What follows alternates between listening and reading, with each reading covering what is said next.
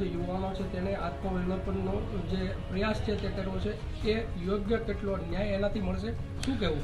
આત્મવિલોપન કરવો એ કોઈ ન્યાયનો માર્ગ નથી. હું સમાજના દરેક મિત્રોને અપીલ કરું છું કે આપણે ન્યાય માટે કાયદા કાનૂન રીતે લડશું, સમાજને એક કરીને સાથે રાખીને. આવું આત્મવિલોપન કરીને આવું કરીને આપણે ન્યાયની ઓલી નથી એક રીત.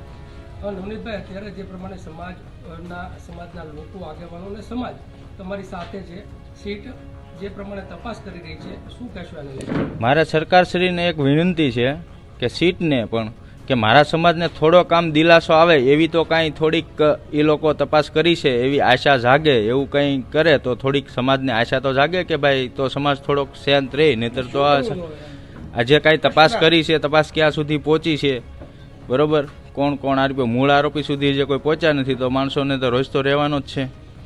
એમ કંઈક સરકારને હું એવી રિક્વેસ્ટ કરું છું કે ભાઈ થોડીક કામ સમાજને થોડીક આમ આશા રહી કે ભાઈ હાલો જે કાંઈ તપાસ થાય છે યોગ્ય દિશામાં થાય છે, એવી તો કાંઈ પણ તો થોડી જ હજી દિલાસા મળે એવી હું અપીલ રાખું છું.